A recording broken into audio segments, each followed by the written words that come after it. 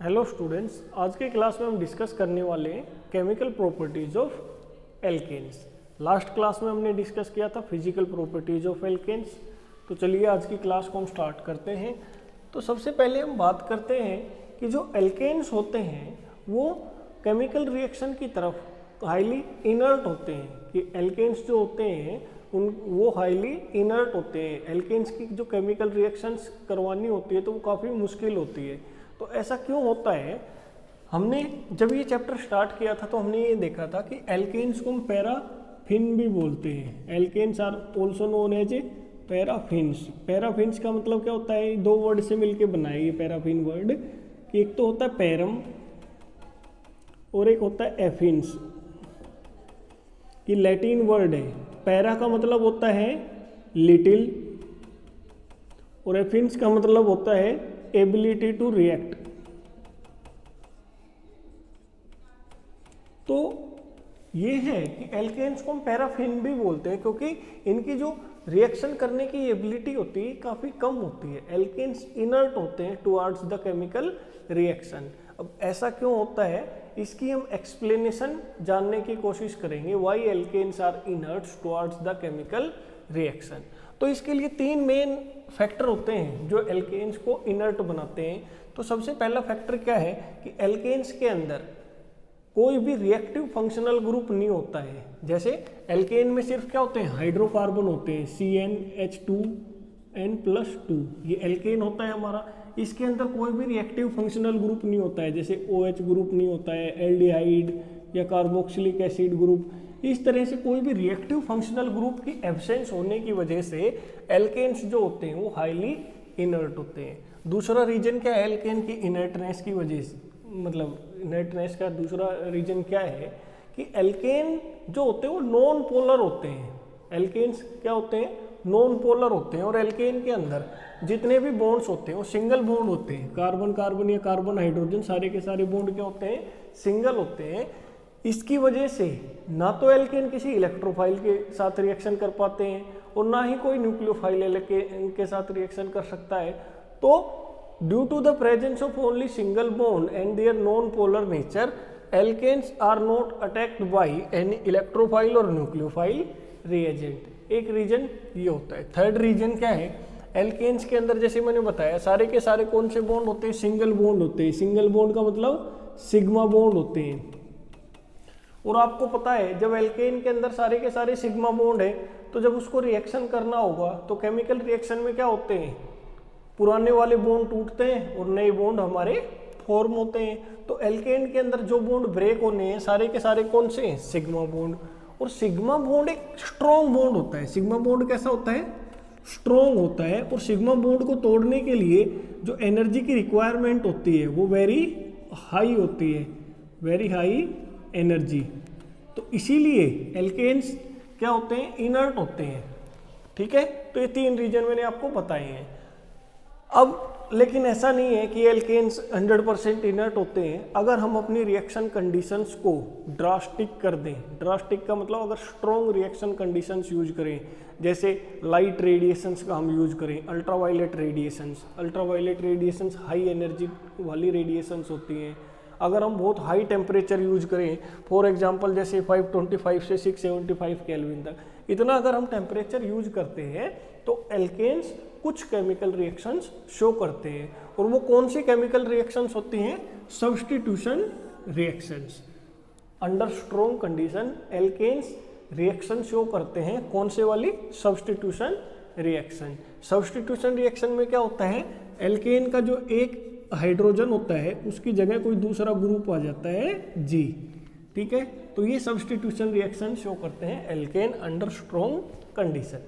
तो one by one हम सभी सब्स्टिट्यूशन रिएक्शंस को डिस्कस करेंगे। तो सबसे पहली सब्स्टिट्यूशन रिएक्शन है एल्केन की हेलोजिनेशन। हेलोजिनेशन में क्या होता है? Alkane react with the halogen to form alkyl halide. कि एल्केन हेलोजन के साथ रिएक्शन करेगा और क्या बनेगी? Alkyl halide. In the presence of, या तो हमारे पास सनलाइट प्रेजेंट होनी चाहिए या फिर अल्ट्रावायलेट रेडिएशंस, या फिर हमारा टेम्परेचर क्या होना चाहिए? वेरी हाई, इस रेंज के अंदर होना चाहिए, तब जाके एल्केन्स की हेलोजिनेशन रिएक्शन होगी। तो ये हमने यहाँ पे देखा है। हेलोजिनेशन रिएक्शन में क्या होगा कि ये हमारा एल्केन है, ये यहाँ पे कोई हेलोजन हमने ली है, तो एल्केन जब हेलोजन के साथ रिएक्शन करेगा इन द प्रेजेंस ऑफ लाइट और एट वेरी हाई टेम्परेचर, तो हमारे पास क्या बन जाएगा, ये जो हाइड्रोजन है इसकी जगह क्या आ जाएगा, हेलोजन आ जाएगा, और ये हाइड्रोजन हटके यहाँ पे HCl हमारा बन जाएगा। तो ये एल्काइल हैलाइड बन जाती है एल्केन से, ठीक है, जब एल्केन की रिएक्शन करवाई जाती है हेलोजन के साथ इन the presence of ultraviolet radiation या सनलाइट या फिर हाई टेम्परेचर। तो इस तरह से हेलोजिनेशन रिएक्शन एल्केन की होती है। तो हेलोजिनेशन रिएक्शन को 1 by 1 देखते हैं। सबसे पहले हम देखते हैं क्लोरीनेशन। क्लोरीनेशन में क्या होगा, कोई भी हम एल्केन लेते हैं उसकी रिएक्शन क्लोरीन के साथ करवाएंगे इन द प्रेजेंस ऑफ लाइट, तो क्या होगा, एक यहाँ से हाइड्रोजन हट जाएगा और ये हमारे पास क्या होगा, एक मिथाइल क्लोराइड बनेगा मीथेन से, मतलब एक हाइड्रोजन की जगह क्या आ गया, क्लोरीन। लेकिन हेलोजन जनरली हम जो लेते हैं, मतलब मैं आपको समझाने के लिए बता रहा हूँ, अगर हेलोजन यहाँ पे हमने एक्सेस में ले रखी है, हेलोजन का अमाउंट मीथेन के कंपैरिजन में ज़्यादा है, मतलब यहाँ पे क्लोरीन को हमने ज़्यादा अमाउंट में लिया है, तो ये रिएक्शन सिर्फ यहाँ नहीं रुक जाएगी, मतलब सिर्फ मिथाइल क्लोराइड बन के रिएक्शन रुक नहीं जाएगी, रिएक्शन में क्लोरीन एक्सेस अमाउंट में है, तो फिर से क्लोरीन क्या करेगा, मिथाइल क्लोराइड के साथ रिएक्शन करेगा और मिथाइल क्लोराइड में से एक हाइड्रोजन को सब्स्टिट्यूट करके क्या बना देगा, डाइक्लोरोमीथेन। तो ये डाइक्लोरोमीथेन बन जाएगा। लेकिन जैसा कि हमने बताया हेलोजन को एक्सेस अमाउंट में लिया है, तो रिएक्शन यहाँ पे भी नहीं रुकेगी, डाइक्लोरोमीथेन की रिएक्शन फिर क्लोरीन के साथ होगी, तो एक और हेलोजन, एक और हाइड्रोजन हटके यहाँ पे क्या आ जाएगा, क्लोरोफॉर्म बन जाएगा, इसको हम बोलते हैं क्लोरोफॉर्म। लेकिन अभी भी क्लोरोफॉर्म के अंदर एक हाइड्रोजन बचा हुआ है और क्लोरीन को हमने एक्सेस में ले रखा है, तो हमारे पास क्या होगा, ये हाइड्रोजन भी हट जाएगा और उसकी जगह क्या आ जाएगा, carbon tetra chloride. This one is called carbon tetra chloride. तो ये चेन ऑफ रिएक्शन एक बार शुरू हो जाती है तो तब तक होती रहेगी जब तक जितने भी हाइड्रोजन एल्केन में हैं उनकी जगह हेलोजन नहीं आ जाए, अगर हमने हेलोजन को एक्सेस में लिया हुआ है। लेकिन यहीं पे हम ये रिएक्शन देखते हैं कि मीथेन और क्लोरीन की हमने रिएक्शन करवाई है, ठीक है, और यहाँ पे मीथेन एक्सेस अमाउंट में है, मीथेन एक्सेस में, और जो हेलोजन है ये लेस अमाउंट में प्रेजेंट है, तो ये रिएक्शन में सिर्फ एक ही हेलोजन आएगी और फर्दर रिएक्शन नहीं होगी, सिर्फ ये रिएक्शन यहीं पे रुक जाएगी। तो दोनों केस मैंने आपको यहाँ पे बता दिए हैं, ठीक है। तो अगर यहाँ पे हमने इथेन लिया है, इसकी रिएक्शन क्लोरीन के साथ करवाई है, तो क्या होगा, ये एक्सेस अमाउंट में है तो सिर्फ रिएक्शन यहीं पे होगी और ज़्यादा फर्दर रिएक्शन यहाँ पे नहीं होगी। अब हमने कोई ऐसा एल्केन लिया है जिसमें एक से ज़्यादा टाइप के हाइड्रोजन है, जैसे इस कार्बन पे जो हाइड्रोजन है वो प्राइमरी हाइड्रोजन है, बीच वाले कार्बन पे जो हाइड्रोजन है ये सेकेंडरी हाइड्रोजन है। मतलब अगर एक से ज़्यादा टाइप के हाइड्रोजन है, उसकी रिएक्शन जब हम क्लोरीन के साथ या किसी भी हेलोजन से करवाएंगे तो सभी टाइप के हाइड्रोजन का सब्स्टिट्यूशन होगा। तो यहाँ पे एक प्रोडक्ट तो वो बनेगा जिसमें ये प्राइमरी वाले हाइड्रोजन की सब्स्टिट्यूशन रिएक्शन हुई है, और एक प्रोडक्ट ये बनेगा जिसमें ये सेकेंडरी वाला जो हाइड्रोजन है उसकी सब्स्टिट्यूशन हुई है। लेकिन मेजर प्रोडक्ट वो होगा जिसमें सेकेंडरी वाले हाइड्रोजन की सब्स्टिट्यूशन होती है। ऐसा क्यों होता है उसको अभी हम यहाँ पे देखेंगे। तो अब हम मैकेनिज्म देखते हैं कि जो हेलोजिनेशन रिएक्शन है एल्केन की, उसका मैकेनिज्म क्या होता है।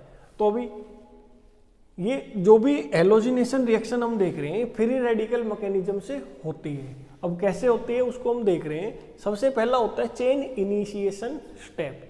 चेन इनिशिएशन स्टेप में क्या होता है कि जो भी हमारी हेलोजन है वो या तो अल्ट्रावायलेट रेडिएशंस के साथ या फिर हाई टेम्परेचर पे, या तो अल्ट्रावायलेट रेडिएशन है या यहाँ पे हाई टेम्परेचर है। तो क्या होगा, जब भी हेलोजन के ऊपर हम अल्ट्रावायलेट रेडिएशन डालेंगे या हाई टेम्परेचर पे उसको हीट करेंगे, तो जो हेलोजन और हेलोजन का जो बॉन्ड होता है, इस तरह से ये जो बॉन्ड होगा ये होमोलिटिकली क्लीवेज हो जाएगी इसकी। इस बॉन्ड का एक इलेक्ट्रॉन इस हेलोजन के पास चला जाएगा, दूसरा इलेक्ट्रॉन इस हेलोजन के पास, और हमारे पास क्या बन जाएंगे, हेलोजन के दो रेडिकल बन जाएंगे। तो हेलोजन रेडिकल प्रोड्यूस होता है चेन इनिशिएशन स्टेप में। होमोलिसिस हो जाती है हेलोजन की। ये बॉन्ड किस तरह से क्लीवेज होगी इसकी, होमोलिटिकली क्लीवेज होगा। इस बॉन्ड के दोनों इलेक्ट्रॉन किसको मिलेंगे, एक हेलोजन को एक इलेक्ट्रॉन, दूसरे वाले हेलोजन को भी दूसरा इलेक्ट्रॉन। इस तरीके से हेलोजन रेडिकल यहाँ पे बनते हैं। तो चेन इनिशिएशन स्टेप में हेलोजन रेडिकल बन जाता है।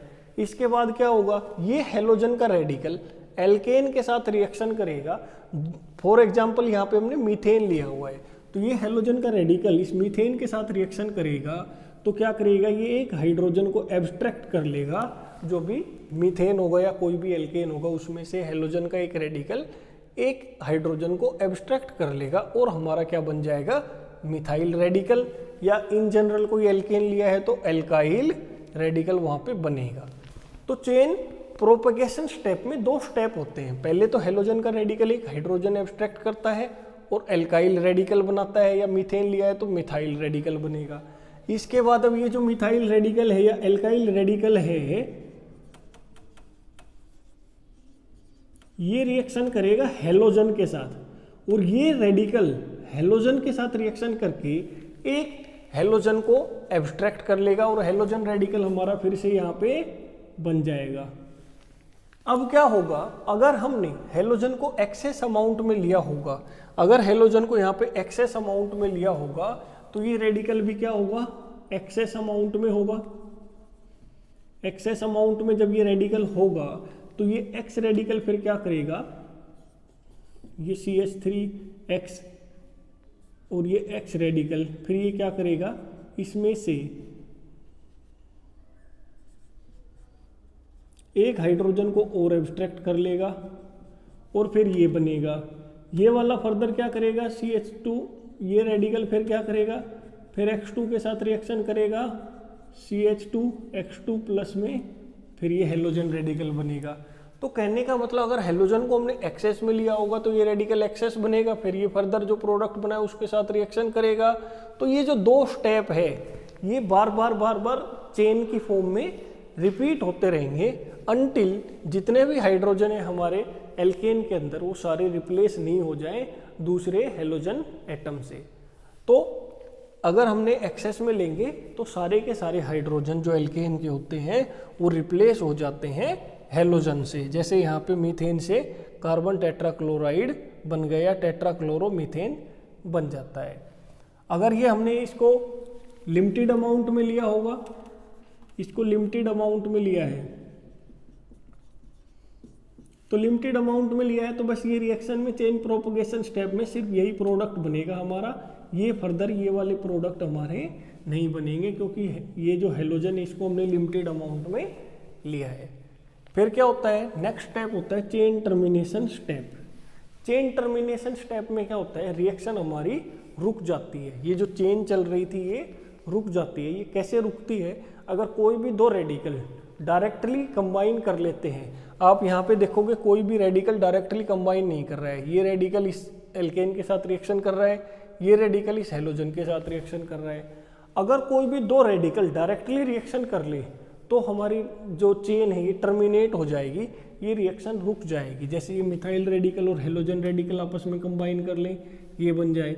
दो हेलोजन का जो रेडिकल है ये आपस में रिएक्ट कर ले और हेलोजन बना दें, या दो मिथाइल रेडिकल रिएक्शन करके इथेन बना दें। अगर डायरेक्टली कोई दो रेडिकल आपस में कंबाइन कर लेते हैं तो हमारे रेडिकल खत्म हो जाएंगे, और रेडिकल अगर खत्म हो गया तो ये रिएक्शन रुक जाएगी। तो ये हमने मैकेनिज्म देखा हेलोजिनेशन ऑफ एल्केन का। अब मैंने जैसे यहाँ पे बताया था कि अगर हमारे पास एक से ज़्यादा टाइप के हाइड्रोजन हैं तो जो प्रोडक्ट बनेगा वो दोनों तरह के हाइड्रोजन के एब्स्ट्रैक्शन से बनेगा। प्राइमरी हाइड्रोजन की एब्स्ट्रैक्शन से भी प्रोडक्ट बनेगा, इसकी प्राइमरी वाले हाइड्रोजन के ऊपर भी ये क्लोरीन आएगा, इसको हटा के सेकेंडरी वाले हाइड्रोजन को हटा के भी क्लोरीन आएगा। जितने भी पॉसिबल प्रोडक्ट बन सकते हैं वो सभी बनेंगे अगर हमारे एल्केन में एक से ज़्यादा टाइप के हाइड्रोजन है। लेकिन मेजर प्रोडक्ट कैसे बनेगा, मेजर प्रोडक्ट वो होगा जो मोर स्टेबल रेडिकल से बनेगा। मोर स्टेबल जो होगा radical, more stable radical form major product. More stable जो रेडिकल होगा वो मेजर प्रोडक्ट बनाएगा। अब देखिए ये हमारे पास एल्केन था, तो एक रेडिकल तो यहाँ पे इस हाइड्रोजन की एब्स्ट्रैक्शन से बनेगा, और एक रेडिकल तब बनेगा जब ये सेकेंडरी वाले हाइड्रोजन की एब्स्ट्रैक्शन होगी। तो अब आप बताइए इन दोनों रेडिकल में से ज़्यादा स्टेबल रेडिकल कौन सा है? ये वाला रेडिकल सेकेंडरी रेडिकल है, ये वाला ज़्यादा स्टेबल होगा। ये प्राइमरी रेडिकल है, ये लेस स्टेबल होगा। This one is less stable and this one is more stable. तो मेजर प्रोडक्ट किससे बनता है? मोर स्टेबल रेडिकल से। तो इस रेडिकल के साथ जब हेलोजन या जो क्लोरीन है ये कंबाइन करेगी तो हमारे पास बन जाएगा CH3 CH3 और यहाँ पे क्लोरीन से ऐड हो जाएगी। इस वाले के साथ जब हेलोजन कंबाइन करेगी तो CH3 CH2 CH2 Cl। तो दो प्रोडक्ट इस तरीके से बनेंगे। जितने भी टाइप के हाइड्रोजन होंगे सभी की एब्स्ट्रैक्शन से प्रोडक्ट बनेंगे। तो जितने टाइप के हाइड्रोजन होंगे उतने टाइप के ही प्रोडक्ट हमारे पास बनेंगे। इसके बाद अभी हम देखते हैं ब्रोमिनेशन। ब्रोमिनेशन क्या होता है? ब्रोमिनेशन एल्केन्स की जो ब्रोमिनेशन करते हैं वो बिल्कुल क्लोरीनेशन की तरह ही होता है, लेकिन जो ब्रोमीन के साथ रिएक्शन होती है वो लेस विगरस होती है, मतलब रिएक्शन स्लो होती है। क्लोरीनेशन रिएक्शन फास्ट होती है एल्केन की, ब्रोमिनेशन रिएक्शन स्लो होगी, लेकिन सारा मैकेनिज्म ऐसे ही होगा जैसे क्लोरीनेशन में होता है। इसके बाद हम देखते हैं आयोडीनेशन। आयोडीन के साथ जो रिएक्शन होती है एल्केन की वो काफ़ी स्लो होती है और रिवर्सिबल नेचर होता है। आयोडीनेशन हम करवाएंगे जब किसी भी एल्केन का, तो वो रिएक्शन काफ़ी स्लो होगी और रिएक्शन का जो नेचर होगा वो रिवर्सिबल होगा, मतलब प्रोडक्ट वापस से रिएक्टेंट में कन्वर्ट हो सकते हैं। आयोडीनेशन रिएक्शन में हो सकते हैं, नहीं मतलब होते हैं। क्या होता है, जैसे ये कोई मीथेन है, ये हमारा एल्केन है, इसकी जब हम आयोडीन के साथ रिएक्शन करवाएंगे डायरेक्ट तो ये मिथाइल आयोडाइड बनेगी, प्लस में साथ में क्या बन जाता है यहाँ पे HI जो होता है ये रिड्यूसिंग एजेंट होता है। ये वापस से क्या करेगा, इस मिथाइल आयोडाइड के साथ ये HI रिएक्शन करके वापस से क्या बना देगा, हमारे रिएक्टेंट। और एरो की आप ये डायरेक्शन देखिए, फॉरवर्ड में ये रिएक्शन कम होती है और बैकवर्ड डायरेक्शन में ये रिएक्शन ज़्यादा होती है। तो कहने का मतलब जो आयोडीनेशन रिएक्शन होते हैं एल्केन की इज नॉट फेवरेबल, फेवरेबल नहीं होती। अगर हम डायरेक्ट रिएक्शन करवाएंगे, अगर हम एल्केन की डायरेक्ट आयोडीनेशन रिएक्शन करवाएं तो direct iodination of alkene is not favourable, क्योंकि ये रिएक्शन रिवर्स में आके बैकवर्ड डायरेक्शन में आके वापस से हमें क्या मिल जाएंगे, रिएक्टेंट। जैसे ये प्रोडक्ट बनेंगे, प्रोडक्ट वापस से किस में कन्वर्ट हो जाएंगे, रिएक्टेंट में। तो direct iodination reaction of alkene is not favourable. तो अब आयोडीनेशन हम करवाएं कैसे? तो देखिए आपको पता है यहाँ पे ये रिएक्शन रिवर्स क्यों हो रही थी, क्योंकि HI जो है ये रिड्यूसिंग एजेंट है। HI क्या है, एक स्ट्रॉन्ग रिड्यूसिंग एजेंट है। ये HI इस मिथाइल आयोडाइड की रिडक्शन करवा देता है और वापस से हमारे पास ये रिएक्टेंट बन जाते हैं। तो रिएक्शन रिवर्स किसकी वजह से हो रही है, HI की वजह से। अगर हम जैसे ही ये प्रोडक्ट हमारे बनते हैं और HI को हम बाहर निकाल दें, रिएक्शन से बाहर निकाल दें, या HI को हम ऑक्सीडाइज कर दें, तो हमारी रिएक्शन वापस से नहीं आएगी, क्योंकि HI उस टाइम पे प्रेजेंट ही नहीं रहेगा इसकी रिडक्शन करके वापस रिएक्टेंट बनाने के लिए। तो अब HI की ऑक्सीडेशन हम कैसे करवा दें? अगर हम आयोडीनेशन रिएक्शन किसी ऑक्सीडाइजिंग एजेंट की प्रेजेंस में करवाएं, जैसे फॉर एग्जांपल क्या क्या ऑक्सीडाइजिंग एजेंट ले सकते हैं हम, ये HiO3, HNO3, नाइट्रिक एसिड, ये मर्क्यूरिक ऑक्साइड, इनकी प्रेजेंस में अगर हम रिएक्शन को करवाते हैं, अगर यही रिएक्शन HiO3 की प्रेजेंस में करवाई जाएगी तो ये रिएक्शन बैकवर्ड डायरेक्शन में नहीं आएगी, ये रिएक्शन सिर्फ फॉरवर्ड डायरेक्शन के अंदर ही जाएगी। ऐसा क्यों होगा? क्योंकि जैसे ही ये HI यहाँ पे बनेगा, ये ऑक्सीडाइजिंग एजेंट इस HI की ऑक्सीडेशन करवा देगा और वापस से हमें क्या मिल जाएगी, आयोडीन। और ये आयोडीन फिर एल्केन के साथ रिएक्शन करके फिर प्रोडक्ट बना देगी। तो कहने का मतलब अगर हम आयोडीनेशन रिएक्शन डायरेक्ट करवाएंगे तो हमारी रिएक्शन फेवरेबल नहीं होगी, हमारे प्रोडक्ट नहीं बनेंगे।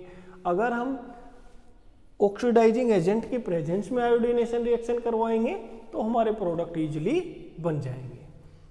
तो ये यहाँ पे इस तरीके से हमने देखा है। अब फ्लोरीनेशन की बात करें तो एल्केन की जब हम फ्लोरीनेशन रिएक्शन करवाते हैं तो फ्लोरीनेशन रिएक्शन इतनी ज़्यादा वायलेंट होती है कि फ्लोरीनेशन रिएक्शन को कंट्रोल करना काफ़ी मुश्किल होता है। क्यों? क्योंकि फ्लोरीन जब कार्बन के साथ बॉन्ड बनाती है तो ये बॉन्ड इतना स्ट्रॉन्ग होता है कि large amount of heat release होती है। Large heat is released during iodination reaction. और हीट इतनी ज़्यादा रिलीज होती है कि रिएक्शन हमारी काफ़ी वायलेंट हो जाती है। और इतनी ज़्यादा हीट रिलीज होने की वजह से जो कार्बन कार्बन बॉन्ड होते हैं एल्केन के, वो भी हमारे ब्रेक हो जाते हैं। तो आयोडीनेशन, ये फ्लोरीनेशन रिएक्शन जनरली हम कैरी आउट नहीं करवाते हैं। लेकिन अगर हम फिर भी देखना चाहें इस रिएक्शन को तो क्या होता है, जब भी एल्केन की फ्लोरीनेशन रिएक्शन हम करवाते हैं तो हमें एंड प्रोडक्ट जो मिलता है वो कार्बन मिलता है और हमारे पास हाइड्रोजन फ्लोराइड बनती है। ये हमारे प्रोडक्ट बनते हैं। सब्स्टिट्यूशन रिएक्शन यहाँ पे नहीं हो पाती है क्योंकि इस रिएक्शन में बहुत ज़्यादा अमाउंट में हीट रिलीज होती है। उसकी वजह से कार्बन कार्बन और कार्बन हाइड्रोजन के बॉन्ड रप्चर हो जाते हैं और हमारे पास जो एंड प्रोडक्ट मिलता है वो सिर्फ और सिर्फ कार्बन ही मिलता है। लेकिन जो फ्लोरीनेशन रिएक्शन है इसको हम लेस वायलेंट बना सकते हैं अगर हम फ्लोरीन को इनर्ट गैस की प्रेजेंस में मतलब डाइल्यूट कर दें। अगर फ्लोरीन गैस को हम इनर्ट गैस के साथ मिक्स कर दें, जैसे हीलियम नियोन आर्गन के साथ इस तरह मिक्स कर दें, तो हमारी फ्लोरीनेशन रिएक्शन को हम लेस वायलेंट बना सकते हैं। इसके बाद अभी हम ये देखते हैं स्टूडेंट कि जो हेलोजिनेशन रिएक्शन होती है एल्केन की, उसमें हेलोजेंस का रिएक्टिविटी ऑर्डर क्या होता है। तो ये जो हमने हेलोजिनेशन रिएक्शन देखी है एल्केन की, इस रिएक्शन के अंदर जो हेलोजन का रिएक्टिविटी ऑर्डर होता है उसमें फ्लोरीन जो हाईएस्ट रिएक्टिव होती है और आयोडीन हमारी लीस्ट रिएक्टिव होती है। तो मतलब फ्लोरीन से आयोडीन की तरफ हम जब मूव करते हैं तो हमारी जो रिएक्शन का जो रेट है वो डिक्रीज हो जाता है। फ्लोरीन के केस में रिएक्शन हमारी काफ़ी फास्ट होती है। जैसा कि हमने देखा था कि फ्लोरीन वाली जो रिएक्शन है ये काफ़ी वायलेंट होती है, क्लोरीन की रिएक्शन थोड़ी सी स्लो होती है, ब्रोमीन की और ज़्यादा स्लो होती है, और आयोडीन के केस में तो ये रिएक्शन विदाउट ऑक्सीडाइजिंग एजेंट की प्रेजेंस में हो ही नहीं सकती है। तो अब हम ये देखते हैं कि रिएक्टिविटी ऑर्डर हमें कैसे ऑब्टेन हुआ है। Why fluorine is the highest reactive and iodine is the least reactive. तो ये किसी भी रिएक्शन के अंदर, किसी केमिस्ट्री में किसी भी केमिकल रिएक्शन के लिए जो रिएक्टिविटी ऑर्डर होता है वो हमारा डिपेंड करता है overall Gibbs free energy change during that reaction. कि जो भी हमारी रिएक्शन हो रही है, जैसे कोई रिएक्शन हो रही है ए से हमारा कोई प्रोडक्ट बन रहा है बी, इस रिएक्शन के अंदर जो ओवरऑल एनर्जी का चेंज हो रहा है गिव्स फ्री एनर्जी चेंज, अगर ये नेगेटिव है तो ही ये रिएक्शन हमारी प्रोसीड होगी और इसका रेट फास्ट रहेगा। अगर डेल्टा जी की वैल्यू हमारी पॉजिटिव है तो ये रिएक्शन स्लो होगी या फिर ये रिएक्शन रिवर्सिबल होगी, प्रोडक्ट हमारा बनेगा ही नहीं। तो यहाँ पे जो हेलोजिनेशन रिएक्शन हम देख रहे हैं तो इसमें ये जो रिएक्टिविटी ऑर्डर आया है ये ओवरऑल जो हेलोजिनेशन रिएक्शन है उसके अंदर कितना हमारा गिव्स फ्री एनर्जी के अंदर चेंज हो रहा है उसके बेसिस पे आया है। फ्लोरीन के केस में जो हेलोजिनेशन रिएक्शन है उसके लिए गिव्स फ्री एनर्जी का जो चेंज है डेल्टा जी वो हाईएस्ट नेगेटिव होता है, हाईएस्ट नेगेटिव। और आयोडीन के केस में ये पॉजिटिव होता है, बाकी सभी के केस में ये नेगेटिव होता है, आयोडीन के केस में पॉजिटिव होता है। इसीलिए फ्लोरीन की जो रिएक्टिविटी है वो ज़्यादा होती है और आयोडीन की रिएक्टिविटी कम होती है। अब ऐसा क्यों होता है कि फ्लोरीन के केस में तो ये जो ओवरऑल एनर्जी का जो चेंज है वो हाईएस्ट नेगेटिव होता है और जो हमारा आयोडीन है उसके केस में ये पॉजिटिव होता है। तो इसके लिए हम मैकेनिज्म देखते हैं। जैसे ही हम कोई भी हेलोजिनेशन रिएक्शन का मैकेनिज्म देख रहे हैं तो पहले स्टेप में क्या है, इनिशिएशन स्टेप है। इनिशिएशन स्टेप क्या होता है कि जो भी हमारे हेलोजन होती है उनके बीच का ये जो बॉन्ड होता है, ये होमोलिटिक क्लीवेज होता है इस बॉन्ड का, और ये जो प्रोसेस होती है ये एंडोथर्मिक होती है। ये वाला जो स्टेप होता है ये एंडोथर्मिक होता है, मतलब डेल्टा एच की वैल्यू इसके लिए पॉजिटिव रहेगी। ठीक है, तो पहले वाले स्टेप क्या है हमारा, एंडोथर्मिक है, क्योंकि इसमें हेलोजन के बीच का ये जो बॉन्ड है वो ब्रेक हो रहा है, और उस बॉन्ड को ब्रेक करने के लिए हमें एनर्जी देनी पड़ रही है, इसीलिए डेल्टा एच की वैल्यू हमारी यहाँ पे क्या होगी, पॉजिटिव होगी। अब ये वाला जो बॉन्ड ब्रेक होगा, ये बॉन्ड डिसोसिएशन एनर्जी के ऊपर डिपेंड करेगा। बॉन्ड डिसोसिएशन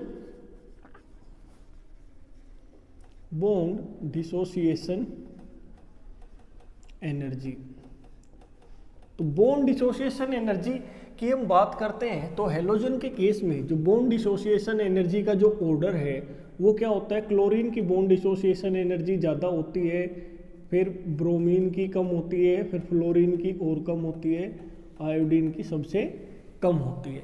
कि पहले वाले स्टेप के में क्लोरीन के लिए हमें सबसे कम एनर्जी देनी पड़ेगी, इसीलिए क्लोरीन के केस में हमारा रेट ऑफ रिएक्शन क्या होना चाहिए था, सबसे फास्ट, क्योंकि क्लोरीन से मतलब Cl2 को ब्रेक करने के लिए Cl रेडिकल में बहुत कम एनर्जी देनी पड़ेगी। ठीक है, तो जो इस रिएक्शन का जो रिएक्टिविटी ऑर्डर होना चाहिए था on the basis of bond dissociation energy, ये होना चाहिए था। एक चीज़ और मैं बताता हूँ आपको, अभी आपको ये लग रहा होगा कि ये फ्लोरीन यहाँ पे बीच में कैसे आ गया। इन जनरल जो बॉन्ड डिसोसिएशन एनर्जी होती है, जब किसी भी ग्रुप में हम टॉप से बॉटम की तरफ आते हैं, किसी भी ग्रुप में जब हम टॉप से बॉटम की तरफ आते हैं, तो जो बॉन्ड डिसोसिएशन एनर्जी है हमारी वो डिक्रीज होती है। टॉप से बॉटम आने पे बॉन्ड डिसोसिएशन एनर्जी हमारी डिक्रीज होती है। जैसे क्लोरीन से ब्रोमीन पे गए, ब्रोमीन से आयोडीन पे गए, तो मतलब डाउन द ग्रुप जब हम आ रहे हैं तो बॉन्ड डिसोसिएशन एनर्जी हमारी डिक्रीज होती है। लेकिन यहाँ पे एक एक्सेप्शन है कि फ्लोरीन की जो बॉन्ड डिसोसिएशन एनर्जी, फ्लोरीन फिर क्लोरीन, ये ब्रोमीन, ये आयोडीन, इस तरीके से ये हमारा ग्रुप होता है 17th ग्रुप। तो डाउन द ग्रुप जब हम आते तो बॉन्ड डिसोसिएशन एनर्जी आयोडीन की सबसे लोवेस्ट होनी चाहिए थी और फ्लोरीन की सबसे हाईएस्ट।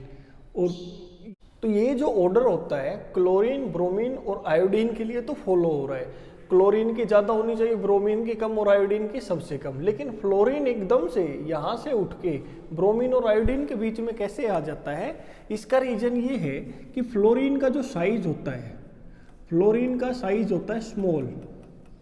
फ्लोरीन एटम का जो साइज होता है वो वेरी स्मॉल होता है। इसकी वजह से क्या होता है कि फ्लोरीन के पास 3-3 इलेक्ट्रॉन के पेयर हैं। फ्लोरीन के पास इस तरह से 3-3 इलेक्ट्रॉन के पेयर हैं, और क्या होता है इन इलेक्ट्रॉन के पेयर में फिर रिपल्सन हो जाती है। Due to repulsion between this electron pair, fluorine का जो बॉन्ड है वो वीक हो जाता है, क्योंकि फ्लोरीन का जो साइज है वो छोटा है और फ्लोरीन के ऊपर 3-3 इलेक्ट्रॉन के पेयर हैं। ये इलेक्ट्रॉन के पेयर एक दूसरे को रिपेल करेंगे, इसीलिए ये बॉन्ड वीक हो जाता है। और हमारा जो ऑर्डर होता है वो फ्लोरीन की, हमें एज एक्सपेक्टेड हमें ये फ्लोरीन की जो बॉन्ड डिसोसिएशन एनर्जी जो सबसे ज़्यादा होनी चाहिए थी वो कम हो जाती है due to inter electronic repulsion. तो बॉन्ड डिसोसिएशन एनर्जी जो होती है हेलोजन्स की वो ये ऑर्डर को फॉलो करती है। बॉन्ड एनर्जी के बेसिस पे अगर हम ये देखते हैं कि रिएक्टिविटी ऑर्डर क्या होना चाहिए हेलोजन का, तो देखिए यहाँ पे क्लोरीन की जो बॉन्ड डिसोसिएशन एनर्जी है वो सबसे ज़्यादा है, ब्रोमीन की उससे कम है, फ्लोरीन की उससे भी कम है, और आयोडीन की बॉन्ड डिसोसिएशन एनर्जी सबसे कम है। तो हमें पता है कि जो फर्स्ट स्टेप होता है चेन प्रोपगेशन, जो चेन इनिशिएशन स्टेप होता है, उसमें क्या होता है कि जो हेलोजन और हेलोजन का बॉन्ड होता है वो ब्रेक होता है होमोलिटिकली। ये इस तरीके से होमोलिटिकली ये बॉन्ड की ब्रेकिंग होगी, तो जो बॉन्ड इजीली ब्रेक होगा वो जल्दी फ्री रेडिकल बनाएगा, और जितना जल्दी फ्री रेडिकल होगा रेट ऑफ बनेगा उतना ही रेट ऑफ रिएक्शन हमारा फास्ट होगा। तो अब यहाँ पे देखिए कि जो आयोडीन की जो बॉन्ड डिसोसिएशन एनर्जी है वो सबसे कम है, तो आयोडीन और आयोडीन का जो बॉन्ड होगा वो सबसे जल्दी ब्रेक होगा। अब जल्दी ब्रेक होगा तो आयोडीन के जो रेडिकल है वो जल्दी बनेंगे, और रेडिकल जब जल्दी बनेंगे तो रेट ऑफ रिएक्शन भी क्या होगा हमारा, फास्ट। तो बॉन्ड डिसोसिएशन एनर्जी के बेसिस पे हम देखें तो ये ऑर्डर हमारा होना चाहिए कि आयोडीन की बॉन्ड डिसोसिएशन एनर्जी सबसे कम है तो इसका रिएक्टिविटी ऑर्डर सबसे ज़्यादा होना चाहिए। और क्लोरीन की जो बॉन्ड डिसोसिएशन एनर्जी है ये बहुत ज़्यादा है, तो क्लोरीन और क्लोरीन का ये जो बॉन्ड इस तरीके से ब्रेक होगा और क्लोरीन रेडिकल बनेंगे, तो ये रेडिकल बनने में काफ़ी समय लगेगा क्योंकि क्लोरीन और क्लोरीन का बॉन्ड जो है स्ट्रॉन्ग होता है। अब रेडिकल लेट बनेंगे तो रेट ऑफ रिएक्शन भी क्या हो जाएगा, स्लो, क्योंकि ये रेडिकल बनने के लिए बॉन्ड टूटना होगा और ये बॉन्ड स्ट्रॉन्ग है तो इसलिए धीरे धीरे ब्रेक होगा और रेट ऑफ रिएक्शन भी क्या होगा, इसलिए स्लो होगा, रेट ऑफ रिएक्शन कम होगा। इसीलिए तो बॉन्ड डिसोसिएशन एनर्जी के बेसिस पे हम देखते हैं तो आयोडीन का रिएक्टिविटी ऑर्डर सबसे ज़्यादा होना चाहिए और क्लोरीन का रिएक्टिविटी ऑर्डर सबसे कम, मतलब इस ऑर्डर को फॉलो करना चाहिए अगर बॉन्ड डिसोसिएशन एनर्जी के बेसिस पे हम हेलोजेंस का रिएक्टिविटी ऑर्डर देखते हैं। लेकिन आपको पता है कि हेलोजेंस का एक्चुअल रिएक्टिविटी ऑर्डर क्या है, हेलोजिनेशन रिएक्शन में ये है। लेकिन जैसा कि मैंने बताया, जब भी किसी भी रिएक्शन में ओवरऑल रिएक्टिविटी ऑर्डर हमें देखना होता है तो हमें रिएक्शन की ओवरऑल फ्री एनर्जी चेंज हमें देखनी होती है। तो ओवरऑल रिएक्शन में क्या हो रहा है कि दो स्टेप हमारे मेनली है। हमारा प्रोडक्ट किस में बन रहा है, हेलोजिनेशन रिएक्शन में जो हमारा प्रोडक्ट बनता है वो किससे बनता है, चेन इनिशिएशन में, ऑन चेन प्रोपगेशन स्टेप में हमारा फाइनल प्रोडक्ट बनता है जो कि एल्काइल हैलाइड होता है। चेन टर्मिनेशन स्टेप में तो सिर्फ हमारी जो रिएक्शन हो रही होती है वो रुकती है। तो हेलोजिनेशन रिएक्शन ऑफ जो एल्केन होती है उसमें दो स्टेप मेन होते हैं, एक चेन इनिशिएशन और एक चेन प्रोपेगेशन। इन्हीं के बेसिस पे हमारी रिएक्टिविटी ऑर्डर डिसाइड होता है। तो अभी हम देखते हैं कि ये जो ऑर्डर हमारे पास किस बेसिस पे आया है, क्योंकि बॉन्ड डिसोसिएशन एनर्जी के बेसिस पे जो ऑर्डर आ रहा है वो तो इससे मैच नहीं कर रहा है। ये तो हमारा एक्चुअल ऑर्डर है, बॉन्ड डिसोसिएशन एनर्जी के बेसिस पे ये ऑर्डर आ रहा है तो ये तो इससे मैच नहीं कर रहा है, इसका मतलब कुछ और भी हो रहा है इस रिएक्शन में। तो क्या हो रहा है, तो देखिए चेन इनिशिएशन स्टेप के बेसिस पे ये ऑर्डर आ रहा था जिसमें बॉन्ड डिसोसिएट हो रहा है हेलोजन और हेलोजन का। इस तरीके से ये होमोलिसिस हो रही है हेलोजन के बॉन्ड की। इसके बाद हम चेन प्रोपगेशन स्टेप देखते हैं। चेन प्रोपगेशन स्टेप में ये जो हेलोजन का रेडिकल यहाँ पे बना है वो एल्केन के साथ रिएक्शन करता है और यहाँ से एक हाइड्रोजन को एब्स्ट्रैक्ट कर लेता है। अब ये हेलोजन का जो रेडिकल है ये एक हाइड्रोजन को एब्स्ट्रैक्ट करेगा तो क्या बनाएगा, HX। HX का मतलब हाइड्रोजन हैलाइड। अब फिर क्या होगा, ये जो एल्काइल रेडिकल बना है ये किसी दूसरे हेलोजन के मॉलिक्यूल के साथ रिएक्शन करके ये हमारे पास एल्काइल हैलाइड बन जाएगी और ये हेलोजन रेडिकल यहाँ से जनरेट हो जाएगा। ये हेलोजन रेडिकल फिर से इसके साथ रिएक्शन करेगा, फिर से ये स्टेप हमारे साइक्लिक प्रोसेस की तरह मूव करते रहेंगे और रिएक्शन हमारी आगे बढ़ती रहेगी। तो अभी हम देखते हैं कि जब हेलोजिनेशन, जब मतलब हम फ्लोरिनेशन करवाते हैं तो ये हमारे क्या होंगे, सारे फ्लोरीन होंगे। फ्लोरिनेशन रिएक्शन में हमारे पास क्या बनेगा, ये फ्लोरीन का रेडिकल बनेगा, ये भी यहाँ पे फ्लोरीन का रेडिकल बनेगा और फ्लोरीन का रेडिकल एल्केन के साथ रिएक्शन करेगा तो ये एक हाइड्रोजन को एब्स्ट्रैक्ट करके हाइड्रोजन फ्लोराइड बनाएगा। फिर ये एल्काइल रेडिकल फ्लोरीन के साथ रिएक्शन करके एल्काइल फ्लोराइड और यहाँ पे फिर से फ्लोराइड रेडिकल बनेगा जो फर्दर रिएक्शन करेगा।